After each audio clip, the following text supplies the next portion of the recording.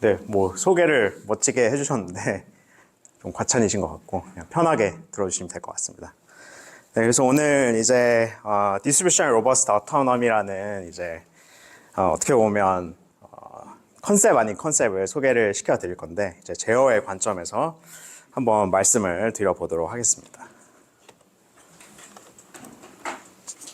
그래서 뭐 여러분들이 이제 이미 다 굉장히 친숙하시고 연구도 굉장히 많이 하고 계신 이제 자율주행 시나리오를 생각을 해보면 우리가 이제 뭐 센서들, 다양한 센서, 뭐 라이더, 뭐 레이더, 뭐 카메라 같은 것을 이용을 해서 뭐 주변 환경에 대한 정보를 우리가 얻어낼 텐데요. 그래서 다양한 알고리즘을 쓰죠. 그래서 우리가 환경을 학습한다라고 얘기를 하는데 하지만 뭐 에러가 항상 있기 마련이죠. 여러분들이 아무리 좋은 러닝 알고리즘을 쓰더라도 항상 뭐 디스트리뷰션 시프트라든지 그런 에러를 일으킬 수 있는 요인들이 많이 존재하기 마련입니다. 그래서 제가 오늘 이제 드리고 싶은 말씀은 그 러닝 알고리즘 자체를 향상시키기보다는 우리가 결국에 이 러닝 알고리즘을 통해서 얻은 정보를 이용을 해서 뭘 할 거냐 생각을 해볼 때 우리가 결국에는 자율주행을 효율적이고 안전하게 하는 데 쓸 거잖아요. 그래서 그걸 디시전 메이킹 관점에서 이렇게 이제 에러가 있을 수 있는 정보를 어떤 식으로 이용을 해서 우리가 의사결정을 하면 좋을지 이제 컨트롤 관점에서 한번 말씀을 드려보도록 하겠습니다. 그래서 뭐 좀 구체적인 예를 보시자면 이제 뭐 이거는 이제 뭐 아주 간단한 토이 이그젬플을 모델을 이제 뭐 예측을 시킨 거예요. 뭐 여러분들이 뭐 이런 vehicle trajectory 예측하실 때 뭐 Gaussian process regression 쓰실 수도 있고 뭐 trajectory 플러스 플러스 같은 것을 활용을 할 수도 있을 텐데 이제 처음에 이제 어느 정도 우리의 예상대로 vehicle이 움직일 경우에는 예측이 잘 되죠. 근데 갑자기 그 회전을 하면 그쵸? 예측이 상당히 어렵죠. 여러분들께서 뭐 이미 연구를 이쪽으로 많이 하신 분들도 계실 거고 사실 이렇게 주변 차량의 움직임을 정확하게 예측하는 것이 쉬운 일은 아닙니다. 그래서 과연 이런 특히 그리고 이제 GPR이나 트래젝트리 플러스 플러스 같은 경우에는 이제 아웃풋이 어떤 확률 분포로 나오는데 그런 확률 분포적인 정보에 오류가 있을 때, 즉 실제 확률 정보를 100% 나타내지 못할 때 과연 우리가 이 부정확한 정보를 어떻게 이용을 해서 의사 결정을 할지에 대해서 오늘 얘기를 할 거고 그것에 대한 이제 한 가지 솔루션으로 이제 Distribution Robust Control DRC라고 이제 저희 연구실에서 지난 한 10년 동안 연구를 했던 결과를 보여드리도록 하겠습니다. 그래서 이제 DRC라고 하면 결국에 우리가 이제 확률 정보, 즉 확률 분포 정보를 이용을 해서 우리가 시스템 퍼포먼스를 향상시키는 것을 목표로 하는데 보통 이제 이런 확률 정보 또는 어떤 uncertainty에 대한 정보를 이용을 할 때 가장 적은 정보만을 이용을 해서 우리가 시스템을 컨트롤하는 방법이 이제 로버스트 컨트롤입니다. 로버스트 컨트롤은 뭐 여러분들께서 다 아시겠지만 이제 외란에 대한 어떤 바운드를 주고 그 바운드 안에 들어왔을 때 우리가 시스템을 효율적으로 제어를 할 수 있는 방법이죠. 네, 배터리가 나가서 그냥 하도록 하겠습니다. 네. 그런데 이제 로버스트 컨트롤을 하면 이제 정보를 조금 쓰는 만큼 단점이 뭐냐면 상당히 이제 보수적인 결과를 얻을 수밖에 없다라는 단점이 있겠죠. 그래서 이제 우리가 더 많은 정보, 즉 확률적인 정보를 활용을 해서 이제 점점 더 보수성을 줄여 나가는 대표적인 방법이 이제 스토캐스틱 컨트롤이 되겠습니다. 근데 이제 스토캐스틱 컨트롤은 그 완벽한 확률 정보가 있을 때 우리가 원하고자 하는 시스템 퍼포먼스를 최적화할 수 있는 방법이죠. 근데 이제 문제가 뭐냐 했을 때 우리가 실질적으로 마주치는 데이터에는 이제 당연히 부정확성이 있을 수도 있고 그 다음에 샘플 숫자가 부족할 수도 있고 그 다음에 이제 디스트리뷰션 시프트 문제가 있을 수가 있죠. 그래서 우리가 지금 모아놓은 데이터가 이제 미래의 비헤이비어를 반영하지 않을 수 있다라는 이제 근본적인 문제가 있을 수가 있죠. 그 다음에 이 데이터를 이용을 해서 우리가 정보를 끄집어내는 과정에서 뭐 여러 가지 뭐 머신러닝 모델을 사용을 할 수가 있는데 뭐 모델 초이스라든지 또는 뭐 prior knowledge에 따라서 그 결과의 성능이 달라질 수가 있겠죠. 그래서 결국에는 우리가 이 완벽한 정보가 없을 때도 어느 정도 이제 보수성을 줄여나갈 수 있는 방법을 찾고자 한 건데, 아이디얼하게는 여기 가고 싶죠.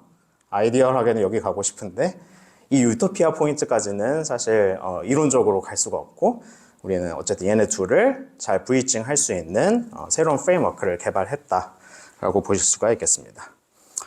그래서 우리의 목표는 다시 한번 말씀드리지만 우리가 데이터로부터 에스티메이트한 확률 정보의 부정확성이 있을 때 그것에 이제 강인한 제어기를 디자인해 보자라는 모티베이션에서 출발을 하고, 사실 이거에 대한 영감은 이제 Distribution Robust Optimization, DRO라는 이제 이것 또한 최근 한 10년 동안 옵티미제이션 커뮤니티에서 많이 연구된 툴인데, 우리가 지금 제가 말씀드렸듯이 어떤 불확실성에 대한 확률 정보가 부정확할 때, 그럴 때 딱 싱글 스테이지 프로블럼을 생각을 해봅시다. 그랬을 때 어떻게 하면 그 싱글 스테이지 최적화를 로버스트하게 할 수 있을지, 그거에 대해서 생각을 해보면 우리에게 주어진 데이터로부터 얻은 요 확률 분포, 지금 히스토그램으로 나타냈는데 그 확률 분포를 그대로 믿지 않고 그것에 어느 정도 에러를 허용을 한 다음에 이게 이 히스토그램 데이터로부터 이제 deviate 할 수 있다고 가정을 하고, 그 worst case 시나리오에 대해서 우리가 의사 결정을 내리면 로버스트하게 그 디스트리뷰션 에러를 캡처할 수 있다라는 연구를 이제 옵티미제이션 커뮤니티에서 굉장히 많이 했습니다. 그래서 다음과 같은 이제 싱글 스테이지 옵티미제이션, 미니맥스 옵티미제이션 문제로 제가 방금 말씀드린 내용을 쓸 수가 있는데요. 그래서 우리의 주어진 코스트, F 코스트고, X는 우리의 디시전 베리어블이 되겠죠. 어떤 옵티미제이션 베리어블이 되고, 그 다음에 W는 이제 uncertainty를 나타내는 베리어블인데, 보시면 지금 inner maximization에서 하는 게 이 mu는 W의 분포예요. 그래서 W의 분포를 어떤 D라는 셋에서 골라서 이 코스트를 maximize를 하죠. 즉 어떤 가상의 적이 있어서 가상의 adversary가 이 코스트를 maximize 하는 방향으로 방해를 한다고 생각을 하시면 돼요. 그래서 adversarial training을 하는 거죠. 그래서 그런 최악의 상황에서 우리의 decision variable은 이 최악의 코스트를 minimize 하는 방향으로 고르게 되는 게 바로 이 DRO의 핵심 아이디어가 되겠습니다. 그리고 여기서 이 확률 분포를 뽑아내는 이제 이 ambiguity set D는 이제 조금 있다가 구체적으로 더 설명을 드릴 건데, 어떤 확률 분포의 집합들이라고 보시면 돼요. 그러면 여러분들이 이 문제를 설계하실 때 이 ambiguity set을 어떻게 고르느냐에 따라서 이 우리의 optimization solution인 X의 성능이 상당히 이제 좌지우지 된다는 것을 아실 수가 있겠죠. 그래서 대표적으로 사람들이 이제 moment constraint 또는 confidence set 같은 것을 많이 활용을 해왔고요. 근데 이제 최근 들어서는 보통 statistical distance를 많이 사용을 합니다. 즉 확률 분포 간의 거리를 뭐 KL divergence라든지 또는 Wasserstein metric 같은 것을 이용을 해서 확률 분포 간의 거리를 잰 다음에 그것을 이용을 해서 statistical ball 같은 것을 define 해서 사용을 하게 됩니다. 근데 이제 optimization 커뮤니티에서는 이게 single stage decision making에 특화돼서 개발이 됐지만, 우리가 자율주행 시나리오는 단지 single stage decision making이 아니죠. 시간이 지남에 따라서 상황이 계속 바뀔 거고 그 상황에 맞는 액션을 계속 취해야 될 텐데, 과연 그런 이런 싱글 스테이지 세팅을 과연 멀티 스테이지 옵티멀 컨트롤 세팅으로 어떻게 확장을 할 수 있을까? 그게 이제 저희 연구실에서 출발했던 모티베이션이 되겠습니다. 그래서 일단 가장 기본적인 이론적인 백그라운드를 말씀을 드리고 이제 좀 더 구체적인 리절트랑 어플리케이션을 좀 보여드리도록 할 건데요. 일단은 Wasserstein metric이라는 것을 활용을 해서 이 distribution robust control을 하는 방법에 대해서 간단히, 사실 간단하진 않은데 네, 조금 설명을 드리도록 하겠습니다. 그래서 조금 지금부터 수학적인 노테이션이나 그런 게 조금 들어가는데 네, 혹시 뭐 질문 있으시면 중간중간에 해주셔도 되고요. 네, 그렇습니다. 그래서 우리가 일단 뭐 이렇게 생긴 일반적인 discrete time dynamical 시스템을 고려를 해볼게요. 그래서 xt 플러스 1은 그러니까 state, 시스템 state은 현재 input, 당연히 현재 state, 현재 input, 그 다음에 disturbance에 따라서 이제 업데이트가 결정이 되는 건데요. 그래서 xt를 state, ut를 control, wt를 disturbance라고 하고, 그 다음에 wt의 확률 분포를 mut라고 할게요. 그렇죠?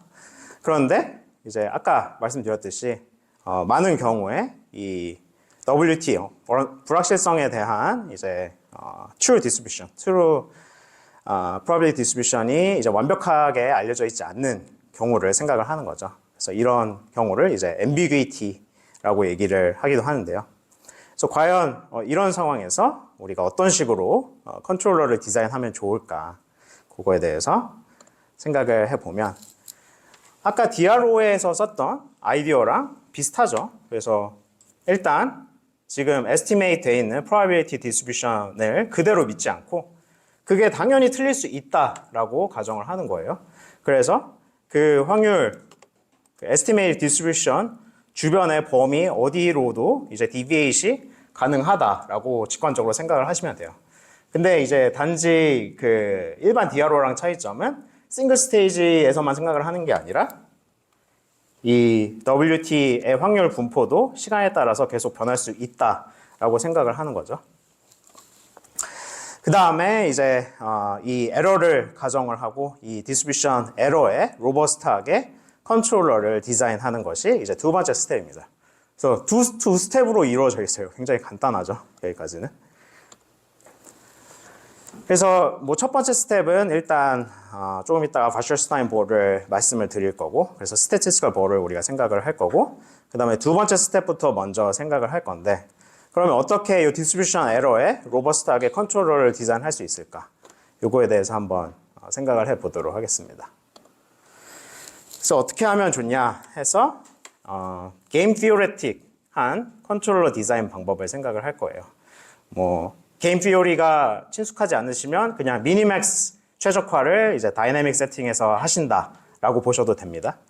그래서 두 개의 플레이어가 있어요. 그래서 플레이어 1은 제어기를 만드는 사람, 컨트롤러 디자이너예요. 그 다음에 플레이어 2는 어떤 가상의 적이에요. adversary예요. 근데 얘가 하는 역할은 뭐냐면 확률 분포를 고르는 녀석이에요. 확률 분포를 어디서 고르냐면 조금 이따 소개시켜드릴 ambiguity set, 즉 요 사이 범위에서 확률 분포를 악의적으로 선택을 하는 녀석이에요. 그래서 구체적으로 얘 컨트롤러 플레이어 1가 결정하는 것은 컨트롤 폴리시가 되고요. 컨트롤 폴리시는 이제 스테이트에서 액션으로 가는 매핑이라고 생각을 하시면 되고요. 그 다음에 플레이어 2가 고르는 것은 이 디스트리뷰션 폴리시라고 스테이트에서 확률 분포로 가는 매핑으로 보시면 되겠습니다. 그래서 다시 한번 강조드리면 컨트롤러는 결국에 컨트롤 폴리시를 만들고 이 플레이어 2, adversary는 이 디스트리뷰션을 아웃풋으로 내뱉는 폴리시를 디자인한다라고 보시면 되겠습니다. 그래서 얘네 각각이 어떤 문제를 푸는지 생각을 해보면 아까 DRO 문제에 이제 다이내믹 세팅으로 보시면 해석을 하시면 되겠습니다. 그래서 우리가 단지 한 시간에 스테이지 코스트만을 고려를 하는 게 아니라 얘를 0부터 무한대까지 디스카운팅 팩터 알파의 t승을 곱해서 이 스테이지 코스트를 더한 녀석의 기대값을 우리의 코스트로 생각을 하고요. 여기에 디스카운팅 팩터는 0과 1 사이의 숫자여서 이게 작으면 작을수록 미래의 가치에 대해서 이제 디스카운팅을 많이 하게 되겠죠. 그래서 이 expected cost를 우리의 가상의 적은 당연히 비용을 더 올리고 싶어 하겠죠. 그렇죠? 악의적인 녀석이니까. 그래서 비용을 올리려고 해서 maximization을 하고, 근데 이제 컨트롤러 디자이너는 비용을 낮추고 싶으니까 이제 minimization을 하는 거죠. 그렇죠? 그리고 이제 optimization variable이 아까는 그냥 뭐 리얼 벡터였지만 이제는 어떤 매핑 형태가 되는 거죠. 스테이트에서부터 액션으로 가는 매핑 자체를 최적화하는 거고요. 반면에 이제 adversary는 스테이트에서 확률 분포로 가는 매핑 자체를 최적화 variable로 생각을 하게 되겠죠. 그래서 요 policy set, adversary의 policy set 감마가 결국에 요 우리 ambiguity set의 이 distributional ambiguity를 인코딩 한다라고 볼 수 있겠죠. 왜냐하면 우리 adversary는 요 ambiguity set D로부터 D에 있는 확률 분포만을 고르기 때문에. 네. 그래서 뭐 지금 제가 말씀드린 수학적 내용이 조금 노테이션이 너무 헤비하다 하면은 간단하게 이렇게 생각을 하시면 좋을 것 같아요. 그래서 컨트롤러 입장에서는 우리의 어떤 이제 주어진 expected cost를 미니마이즈하는 이제 컨트롤 액션을 내는 이제 펄리시를 만들고 싶고, adversary는 반대로 이제 그 코스트를 똑같은 코스트를 maximize하는 이제 probability distribution을 각 스테이트로부터 찾아내고 싶다라고 생각을 하시면 되겠고, 그래서 얘네 둘 간의 대결을 통해서 우리의 컨트롤러는 결국에 이제 worst case cost를 이 adversary가 준 최악의 상황의 코스트를 최소화하는 방향으로 컨트롤러를 디자인하게 된다라고 보시면 되겠습니다. 그래서 이게 이제 게임 티어리틱한 컨트롤러 디자인 방법의 이제 하이 레벨 아이디어가 되겠고요. 그러면 지금 제가 뭐 계속 ambiguity set이라는 것에서 즉 어떤 확률 분포의 집합에서 이 가상의 적이 확률 분포를 고른다고 말씀을 드렸는데, 그러면 구체적으로 그 ambiguity set을 어떻게 만들지에 대해서 말씀을 드리겠습니다. 그래서 일단 뭐 어떤 그 uncertainty에 대한 샘플이 주어져 있는 가장 간단한 경우를 생각을 해볼게요. 그래서 이렇게 샘플이 직접적으로 주어져 있는 경우에, 그런 경우에는 우리가 다음과 같은 empirical distribution을 이용을 할 수가 있어요. 그래서 각 샘플 데이터의 이제 디럭 델타 메저를 다 더한 그 empirical distribution을 생각을 할 수가 있는데요. 근데 물론 이제 이렇게 샘플이 직접적으로 주어져 있지 않고 만약에 어떤 러닝 알고리즘을 통해서 확률 분포가 주어져 있다 하면은 그 확률 분포를 그대로 사용을 하셔도 됩니다. 근데 이제 가장 간단한 상황에 대해 설명드리기 위해서 일단 empirical distribution으로 출발을 하겠습니다.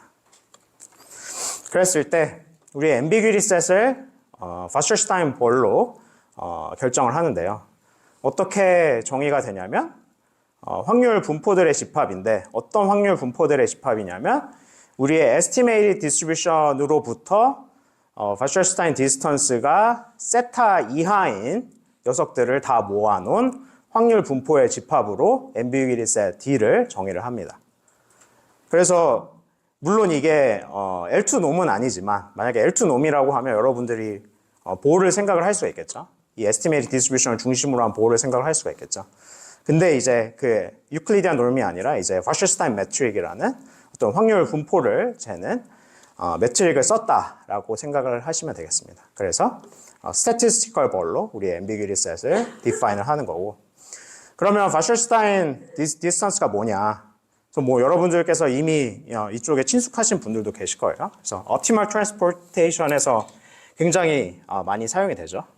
그래서 우리가 어떤 확률 분포 두 개가 있을 때 한 확률 분포로부터 다른 확률 분포로 이제 probability mass를 이동시키는 최소한의 비용을 매저하는 매트릭이죠.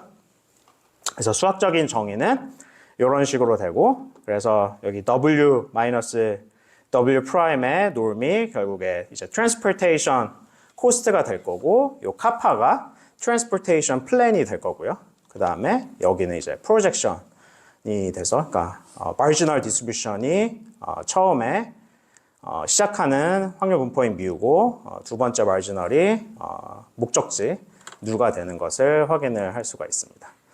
그래서 간단히 이제 두 확률 분포 사이의 거리를 매저하는 방법이다라고 보시면 되겠습니다. 그래서 여기까지 이제 프로블럼 세팅이 다 끝나고, 그러면 이제 우리가 풀고자 하는 문제는 요 미니맥스 컨트롤 문제가 되겠죠. 미니맥스 옵티멀 컨트롤 문제가 되겠죠. 그래서 미니맥스 옵티멀 컨트롤 문제를 어떻게 푸느냐. 그래서 가장 기본적인 방법은 이제 다이내믹 프로그래밍을 사용을 하는 거죠. 그래서 다이내믹 프로그래밍을 사용을 했을 때 우리가 결국에 이렇게 어려운 큰 문제 하나를 쉬운 문제 여러 개로 쪼개는 거잖아요. 그래서 순차적으로 쪼개서 이제 backward induction을 통해서 다음과 같은 이제 벨만 이퀘이션을 얻게 되고, 여기 벨만 이퀘이션의 벨만 오퍼레이터는 다음과 같은 이제 싱글 스테이지 옵티미제이션 문제로 정의가 되겠죠. 그래서 보시면 inner maximization이 이제 policy가 아니라 확률 분포를 최적화하는 거고요. 그 다음에 outer minimization이 이제 control action을 최적화하는 거가 되겠죠. 그 다음에 여기 첫 번째 텀은 이제 stage wise cost고요. 이 두 번째 텀은 뭐가 되겠어요? 다이내믹 프로그래밍에 대해서 친숙하신 분들은 이것이 이제 다음 스테이지로부터 앞으로 얻을 이제 누적 코스트의 기대값이 될 거다. 그래서 결국에 이 전체가 이제 현재 스테이트 X로부터 앞으로 얻을 누적 코스트의 기대값이 되겠죠. 그래서 그것을 이제 악의적으로 맥시마이즈하는 뮤를 이제 어드버서리가 고르고, 컨트롤 디자이너 입장에서는 그 최악의 상황의 코스트를 미니마이즈하는 방향으로 컨트롤 액션을 고른다라고 해석을 하시면 되겠습니다. 그 다음에 이 벨만 이퀘이션이 나왔죠. 벨만 이퀘이션은 이제 픽스 포인트 프로블럼이고, 요 벨만 오퍼레이터가 이제 컨트랙션 오퍼레이터가 된다는 것을 우리가 증명할 수 있어서 요 픽스 포인트가 우리의 이제 미니맥스 옵티멀 컨트롤 문제의 옵티멀 밸류 펑션이 된다라는 것을 쉽게 알 수가 있습니다. 그래서 결국에 이제 이 문제를 풀면 되겠죠. 이 문제를 풀면 되는데, 우리가 이제 만약에 모델 정보를 다 알고 있다 하면은 이제 가장 간단한 방법, 밸류 이터레이션을 사용하면 되겠죠. 여러분들이 뭐 MDP라든지 뭐 강화학습 수업 시간에 아마 배우셨겠지만, 이런 기초적인 밸류 이터레이션을 사용을 해서 우리가 옵티멀 밸류 펑션을 이 벨만 이퀘이션의 픽스 포인트로 구할 수 있을 텐데요. 근데 뭐가 문제일까요? 이 밸류 이터레이션을 하는 데 있어서.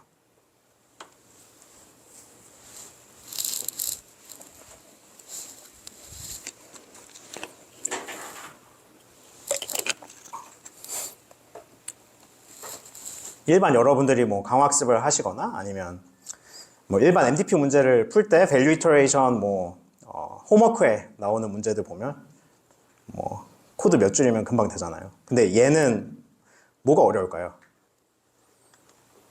네, 여기 그 inner maximization이 확률 분포에 대해서 최적화를 해야 되는 거죠. 그래서 그것을 이제 다루는 게 좀 쉽지가 않습니다.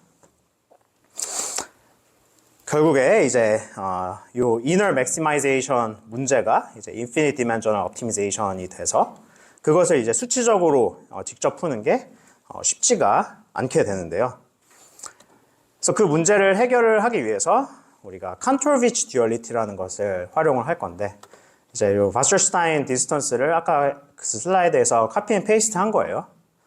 그런데 얘가 뭐랑 동일하냐면 요 수프리멈과 동일합니다. 그래서 얘는 어떻게 해석을 했었죠?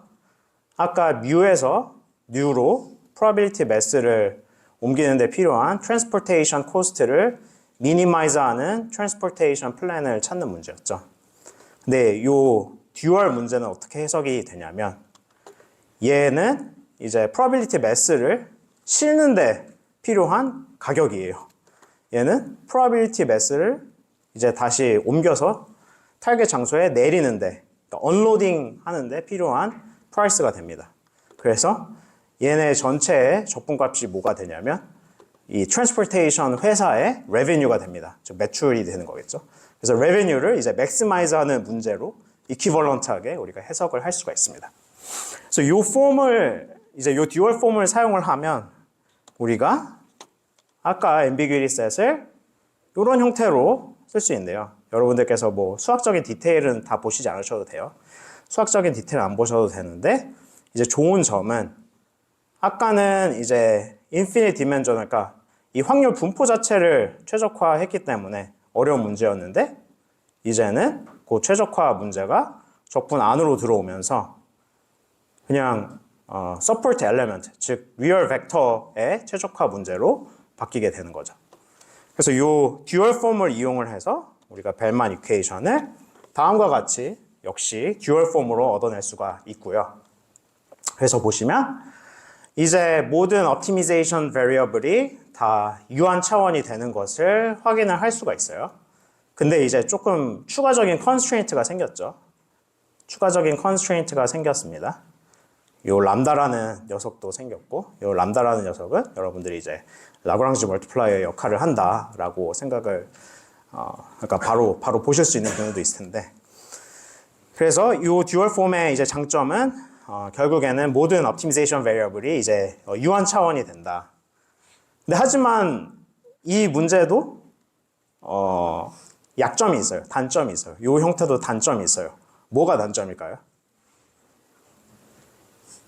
네, 이 두 번째 constraint가 그러니까 서포트에 있는 모든 엘리먼트에 대해서 성립을 해야 되고, 만약에 우리의 서포트가 연속이라고 하면, 그쵸? 무한계, uncountably many constraint를 갖게 될 수도 있겠죠. 하지만 그래서 이런 클래스의 문제를 우리가 semi-infinite optimization이라고 하는데, 다행스럽게도 이제 semi-infinite optimization에 이제 실험을 보장하는 알고리즘들이 이미 개발을 돼 있어서 그런 방법을 사용을 하셔도 되고요. 그러니까 뭐 이 constraint를 discretize 하거나 또는 샘플링 해가지고 솔루션을 구하는 그런 알고리즘들이 있고, 그걸 사용하시거나 아니면 이제 local quadratic approximation을 이용을 해서 이제 differential dynamic programming을 하는 방법을 또 저희 연구실에서 개발을 해서 그것을 활용을 할 수도 있습니다. 그래서 조금 있다가 이제 우리의 F랑 R의 stage cost랑 그 다음에 F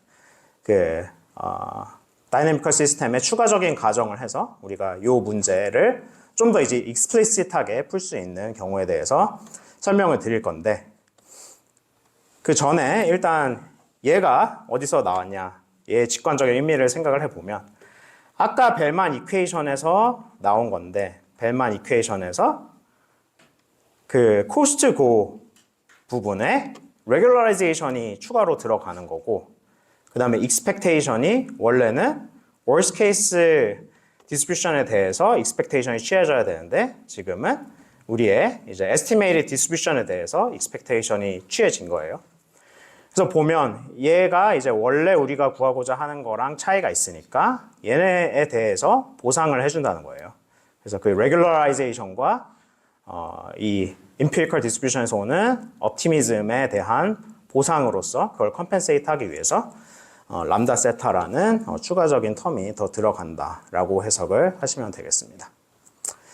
그래서 일단 여기까지가 이제 굉장히 이제 기본적인 베이시스라고 보시면 되겠고, 그 다음에 이 컨트롤러가 갖는 첫 번째 장점이 이제 out of sample performance guarantee를 보장한다라는 측면이 있습니다. 그래서 out of sample performance guarantee가 뭐냐라고 했을 때, 우리가 아까 보여드렸던 그런 옵티멀 컨트롤 문제를 데이터를 이용을 해서 가장 쉽게 할 수 있는 방법은 그냥 데이터로 empirical distribution을 만든 다음에 그것을 믿고 컨트롤러를 디자인하는 거죠. 그래서 아까 미니맥스가 있었지만 이제는 그냥 이 확률 분포를 믿고 컨트롤러를 디자인한다라는 거죠. 그랬을 때 무슨 문제가 생기느냐 하면은, 우리가 실제로 접하는 데이터셋은 트레이닝 데이터셋이랑 다르기 때문에 제대로 된 성능을 발휘하지가 않을 수 있어서, 과연 이런 경우에 이런 out of sample 이슈를 distribution robust policy로 해결을 할 수 있을까? 그래서 우리가 distribution robust policy의 out of sample performance를 요 true distribution, 그러니까 true distribution, 우리는 알지 못하지만 true distribution이 있겠죠. 그것으로 얻은 이제 expected cost가 될 거고요. 근데 우리가 얘를 직접 계산을 할 수가 없죠. 왜냐하면 뮤를 모르기 때문에. 그래서 다음과 같은 이제 probabilistic out of sample performance guarantee를 목표로 합니다. 그래서 이 J2는 우리의 distribution robust policy를 썼을 때 실제 얻어지는 코스트고, 그게 우리의 value function으로 bounded 될 확률이 1-베타 이상이 되기를 바라는 거죠. 그래서 우리의 optimal value function, 얘는 벨만 이퀘이션을 통해서 아까 구할 수 있는 거고요. 그래서 얘가 certificate 역할을 하는 거고, 결국에 이 guarantee를 얻을 수 있는 우리가 이제 그 ambiguity set의 사이즈를 결정을 하고 싶은 거죠. 그래서 이 reliability를 더 높은 기준을 잡으면 잡을수록 우리 ambiguity set 사이즈가 점점 더 커져야 되는 것을 직관적으로 알 수가 있는데요. 그거가 이제 구체적으로 어떤 관계를 갖고 있는지를 이제 증명을 한 것이 요거고요. 그래서 우리가 ambiguity set의 그러니까 바셜슈타인버그 레디어스의 사이즈를 그러니까 레디어스를 이런 형태로 디터민을 한다면 다음과 같은 이제 out of sample performance guarantee가 성립을 한다라는 것을 증명을 할 수가 있는데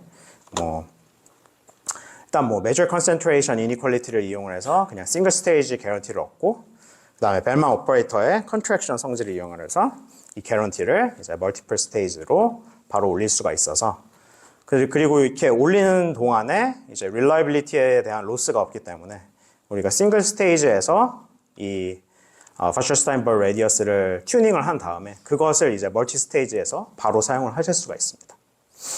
그래서 간단한 시뮬레이션 결과를 보시면 이제 그러니까 reliability는 결국에 요 확률이에요. 그러니까 이 actual cost가 bounded 될 확률을 나타내는 거고 그 다음에 이 두 번째 그래프는 out of sample performance를 나타낸 거고 얘는 이제 코스트이기 때문에 낮으면 낮을수록 좋은 거죠. 그 다음에 여기도 마찬가지로 out of sample cost가 되고 그 다음에 여기는 x축이 ambiguity set size radius가 되고 얘도 ambiguity set size radius 그 다음에 여기는 샘플 숫자가 됩니다. 그래서 당연히 이제 기대했듯이 ambiguity set 사이즈가 커지면 커질수록 이제 신뢰성 reliability는 아까 그 바운드를 시킬 확률은 점점 올라가는 것을 확인을 할 수 있고 그 다음에 샘플 숫자가 더 많아지면 많아질수록 역시 또 reliability가 올라가는 것을 확인을 할 수가 있죠. 근데 이제 좀 재미있는 그래프가 이 두 번째인데 보시면 얘를 보죠. 그러니까 샘플 숫자가 10개인 경우에 처음에는 그 out of sample cost가 높게 나오죠. 왜 그럴까요?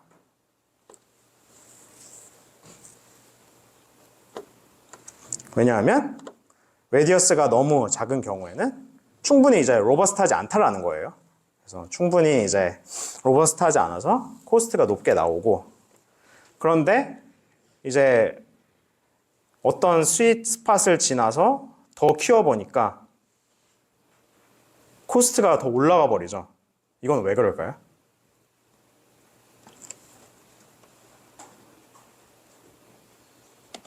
이거는 왜 그러냐면 너무 보수적이 된다라는 거죠. 그렇죠?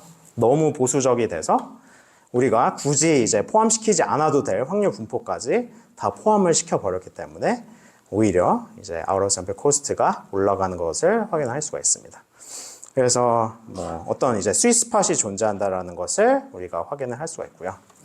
그다음에 요 세 번째 그림을 보시면 이제 sample average approximation이랑 우리의 distribution robust policy랑 비교를 한 건데 보시면 샘플 숫자가 10개인 경우에도 상당히 이제 distribution robust policy는 잘 작동을 하는 것을 확인을 할 수가 있고요. 우리가 이제 실질적으로 사용을 할 때 한 5개 정도의 샘플만 있어도 작동을 잘 합니다. 그래서 조금 있다가 더 실험 결과를 보여드리도록 하겠습니다. 그래서 남은 시간 동안에 이제 리니어 쿼드래틱 세팅에서 좀 더 이런 이제 수학적 도출된 내용을 어떻게 좀 더 익스플리시트하게 솔루션을 얻는 데 활용을 할 수 있는가 설명을 드리도록 하겠습니다. 그래서 이제 아까 일반적인 시스템에 추가적인 가정을 줘서 선형 시스템을 생각을 해볼게요. 그래서 스테이트 이퀘이션이 이렇게 주어지고 아웃풋 이퀘이션이 역시 또 선형으로 주어져 있는 경우고 우리가 이제 두 가지 uncertainty가 있죠. 그래서 disturbance에 관련된 uncertainty가 있고 그 다음에 measurement noise에 대한 관련된 uncertainty가 있는데요. 이거를 둘 다 ambiguity, 그러니까 둘 다 모른다고 가정을 하고 해도 가능합니다. 근데 이제 편의상 본 세미나에서는 얘의 확률 분포만 모른다고 가정을 하고 얘는 이제 제로민 가우시안이라고 일단 편의상 가정을 하겠습니다. 근데 얘의 확률 분포도 몰라도 우리가 할 수 있습니다. 그래서 이 경우에는 우리가 ambiguity set을 그대로 이용을 해서 미니맥스 옵티미제이션 문제를 푼다기보다 걔를 이제 라그랑지안 릴렉세이션을 활용을 해서 바셔스타인 페널티를 도입을 해서 문제를 고려를 합니다. 그런데 이제 이 페널티를 그대로 썼을 때도 이 partial observability 때문에 우리가 explicit한 솔루션을 얻기가 어려운데요. 근데 다음과 같은 이제 Galbraith bound라는 추가적인 바운드를 활용을 해서 즉 이 바셔스타인 페널티보다 더 낮은 녀석을 빼는 거죠. 그래서 더 큰 코스트가 되는 거죠. 얘가 이 원래 코스트보다는 더 크거나 같은 녀석이 되는 거죠. 그래서 이런 근사적 코스트에 대해서 미니맥스 옵티멀 컨트롤을 할 건데 이렇게 근사를 해도 우리가 디스트리뷰셔널 로버스니스가 보장된다라는 것을 보일 수가 있습니다. 그래서 일단 이렇게 근사적인 문제에 이제 미니맥스 옵티멀 컨트롤을 고려를 했을 때 우리가 친숙한 이제 알제브레이크 리카리 이퀘이션을 유도를 할 수가 있고요. 물론 이제 그냥 스탠다드 옵티멀 컨트롤의 AR이랑은 조금 다릅니다. 왜냐하면 요 파이가 얘가 원래 이제 B 자리죠. 원래 AR의 B 자리인데 이 포뮬레이션에서는 파이가 이런 형태로 정의된 녀석이고 그리고 얘가 이제 유니크한 positive semi-definite 솔루션을 갖기 위해서는 다음과 같은 이제 stabilizability, 그 다음에 observability 가정이 필요하고요. 역시 B 자리에 이 이상한 파이라는 녀석이 온 거를 보실 수가 있죠. 그 다음에 페널티 파라미터가 어느 정도 충분히 커야 된다라는 조건이 필요합니다. 그래서 이제 ARE까지, 그러니까 얘가 결국에 벨만 이퀘이션으로부터 아까 보셨던 벨만 이퀘이션으로부터 유도되는 건데요. 이로부터 우리가 디스트리뷰션 로버스 폴리시를 explicit하게 계산을 해낼 수가 있고 이제 그 expected state에 대해서 affine한 형태를 갖는 것을 알 수가 있죠. 여기서 expected state을 계산을 하기 위해서 expectation을 취할 때는 이제 worst case probability distribution에 대해서 취해 주시면 돼요. true distribution이 아니라. 그러면 이제 worst case distribution은 어떻게 구하느냐? 그거에 대한 이제 포뮬러도 길게 있는데 이게 슬라이드에 담진 않았고요. 네. 하이 레벨로 말씀드리면 이제 worst case mean도 mean state에 대해서 affine하게, explicit하게 구할 수가 있고요. worst case covariance는 이제 어떤 semi-definite 프로그래밍의 솔루션으로 계산을 할 수가 있고, 그 다음에 아까 이제 요 measurement noise의 ambiguity도 고려를 할 수 있다고 했잖아요. 그래서 그것까지 고려를 할 때 우리가 요 worst case distribution의 정보를 이제 어떤 distribution robust한 버전의 칼만 필터에 집어넣음으로써 이 컨트롤과 state estimation 룹을 완성시킬 수가 있습니다.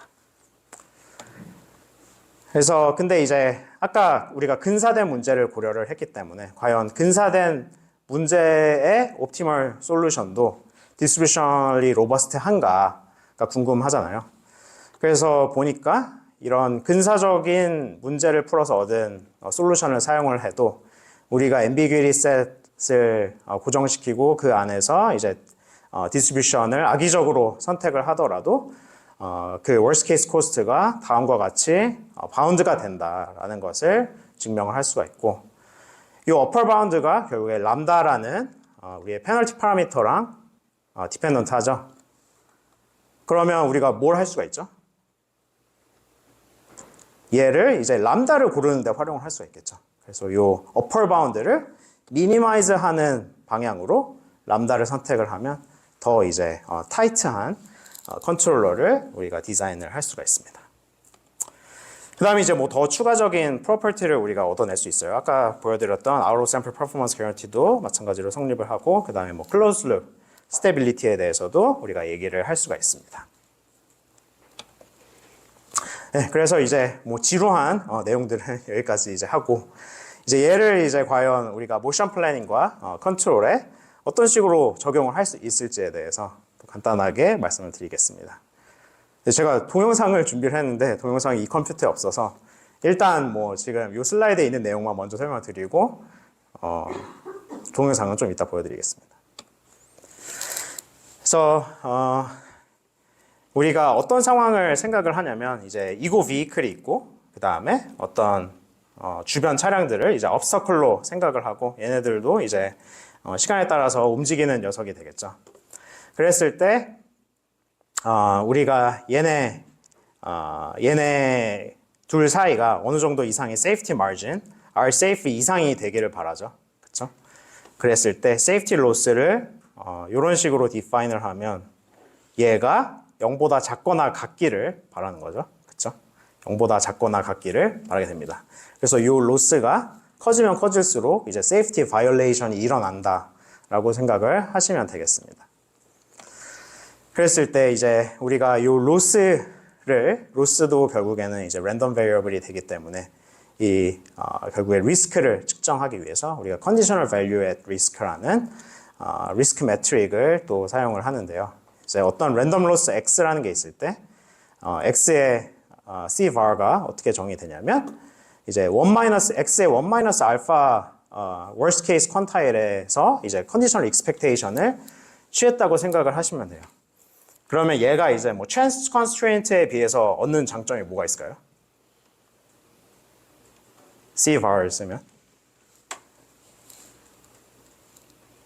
그러니까 chance constraint를 쓰면 딱 1 알파 퀀타일의 딱 컷오프만 매저를 하는데 C var를 쓰면 그 바깥에서의 이제 확률 분포를 고려를 할 수가 있죠. 그래서 만약에 rare 이벤트가 많이 있을 경우에 이제 C var를 썼을 때 그 rare 이벤트에 대해서 더 이제 잘 다룰 수 있는 의사결정을 할 수가 있습니다. 그런데 이제 이 Cvar을 썼을 때 발생하는 문제가 뭐가 있을까요? 이 Cvar을 쓰려고 해도 우리가 이 X에 대한 확률 분포를 알아야지 쓸 수 있는 거죠. 그쵸? 그래서 이 확률 분포를 모른다고 가정을 할 때 우리가 이제 얘의 distribution robust한 버전을 사용을 합니다. 그래서 dr Cvar을 도입을 하는데 얘가 어떻게 정의되냐면 Cvar을 이제 maximize 하는 방향으로 adversary가 ambiguity set에서 이 Q라는 확률 분포를 골라낸다라고 보시면 되겠습니다. 그래서 얘를 써서 이제 우리가 RRT에도 적용을 할 수 있고 또는 MPC에도 이 constraint를 적용을 해서 문제를 풀 수가 있는데요. 그거에 대한 결과를 보여드리겠습니다. 그래서 일단 이 예제는 이제 모션 플래닝, 즉 RRT 스타에 적용을 한 건데요. 그래서 세 가지를 비교를 했어요. 일반 RRT 스타랑 chance constraint RRT 스타, 그 다음에 distribution robust RRT 스타를 비교를 한 건데 일단 이 첫 번째 그림을 보시면 얘가 이제 obstacle이고 얘가 우리 이고 vehicle인데 이고 vehicle이 한 이 정도까지 왔는데 이 예측이 지금 어떻게 되죠? 예측이 obstacle이 우회전을 할 거다라고 예측을 하고 있죠. 그런데 실질적으로 23초에 어떤 일이 발생을 해요? 이 obstacle이 갑자기 마음을 바꿔서 그냥 직진을 해버리죠. 직진을 해버리니까 RRT 스타는 당연히 이런 예측 결과를 이용하지 못하니까 당연히 부딪힐 거고 그 다음에 chance constraint RRT 스타는 이 확률 분포, 이 예측 결과를 그대로 믿어버렸기 때문에 역시 컬리전이 일어나는데 우리 distribution robust 버전만 이런 이제 예측 오류를 선제적으로 미리 고려를 해서 의사 결정을 했기 때문에 무사히 통과를 해서 끝까지 목적지까지 가게 됩니다. 그래서 DRRT 스타만 이런 그 예측 결과의 오류에 선제적으로 대응을 할 수 있는 능력이 있다라고 볼 수가 있고요. 그 다음에 이제 모션 플래닝이 아니라 이제 컨트롤에 적용을 한 결과입니다. 이거는 이제 MPC에 이런 DRCvar constraint를 집어 넣은 거고요.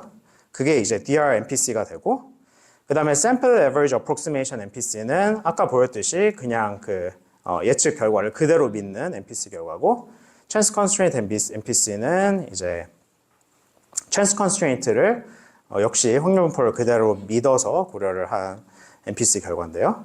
그래서 보시면 역시 여기 처음에 이런 식으로 그 obstacle의 예측 결과가 나오는데 얘가 이제 또 역시 갑자기 다른 움직임을 보여서 다른 두 방법은 여기서 컬리전이 발생을 하는데 우리 DRMPC는 이제 충분히 세이프티 마진을 고려를 해서 얘를 잘 피해가고, 그다음에 여기 두 번째 obstacle들도 잘 피해가는 것을 보실 수가 있습니다. 그래서 이거는 이제 좀 토이 example이어서 좀 더 이제 리얼리스틱한 경우를 생각을 하기 위해서 우리가 컬러 시뮬레이터 상에서도 테스트를 해봤어요. 근데 이게 지금 그림이 잘 안 보여서 조금 이따 동영상을 보여드릴 텐데, 지금 이 그림이 어떤 상황이냐면 이게 우리 이고 비이클이고요. 이게 이제 obstacle이에요. 근데 obstacle 예측이 이렇게 직진으로 예측을 한다. 예측 결과는 이제 직진을 한다라고 되어 있어요. 근데 보시다시피 예측 결과랑은 다르게 갑자기 좌회전을 하는 시나리오인 거죠. 그래서 일반 NPC를 썼을 때는 당연히 이 예측 결과를 믿고 세이프티를 고려를 해가지고 그대로 믿고 컷인을 했기 때문에 이제 컬리전이 발생을 하는데요.